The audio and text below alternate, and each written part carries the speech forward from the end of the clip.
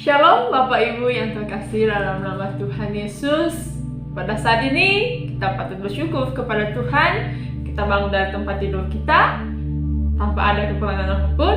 Kita patut bersyukur kepada Tuhan. Kita bisa belajar bersama-sama dari renungan. Pada pagi hari ini, sebelum kita memulai aktivitas kita atau kegiatan kita mau belajar bersama-sama dari kebenaran firman Tuhan yang terambil dari Roma pasal 7 ayat 13 sampai 25. Pada pagi hari ini kita mau belajar tentang bebas dari maut. Pasti saya dan saudara sering sekali melakukan kesalahan. Bahkan setiap hari terus-menerus kita jatuh dalam dosa.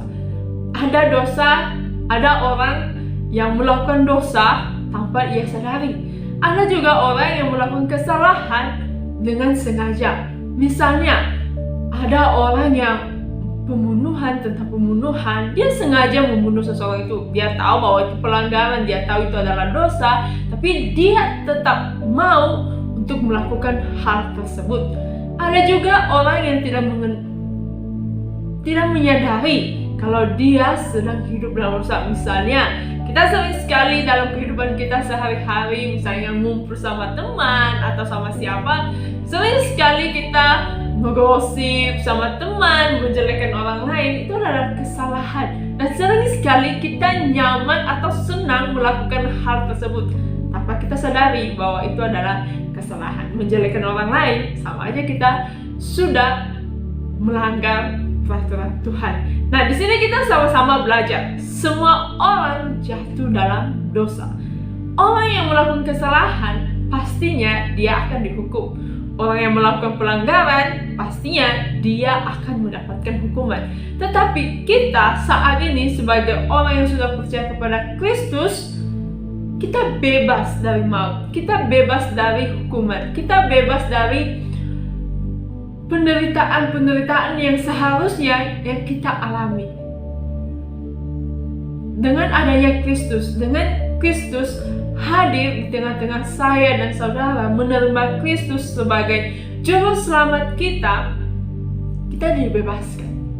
Tapi sering sekali kita, meskipun sudah dibebaskan, sering sekali kita melakukan dosa terus-menerus.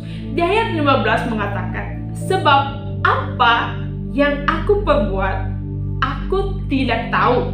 Karena bukan apa yang aku kehendaki yang aku perbuat, tetapi apa yang kubenci, itulah yang kuperbuat.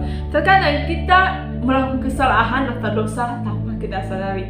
Mungkin ada juga orang yang melakukan pelanggaran secara sengaja. Kalau kita lihat di Galatia 5 ayat 17 mengatakan, sebab keinginan daging berlawanan dengan keinginan roh, dan keinginan roh berlawanan dengan keinginan daging. Karena keduanya bertentangan, sehingga kamu setiap kali tidak melakukan apa yang kamu kehendaki. Kita sadar, ya, Tuhan menginginkan jangan membunuh, jangan menjelekkan orang lain. Kita sadar, tapi sering sekali kedanggian kita melakukan hal tersebut. Kita patut bersyukur. Di ayat 25 mengatakan, syukur kepada Allah oleh Kristus Tuhan kita. Jadi dengan akal budiku aku melayani hukum Allah, tetapi dengan tubuh isaniku aku melayani hukum dosa. Sini kita belajar bahwa kita bersyukur bahwa ada Tuhan, ada Kristus yang hadir di tengah-tengah kita untuk membebaskan kita dari dosa atau pelanggaran-pelanggaran yang kita lakukan. Jadi tidak ada alasan lagi bagi saya dan saudara tidak bersyukur, tidak berterima kasih kepada Tuhan, karena Dia menyelamatkan saya dan saudara secara cuma-cuma, tanpa ada balasan, tanpa harus menuntut apapun. Dia memberikannya dengan kasih dan anugerah yang Dia limpahkan dalam hidup kita.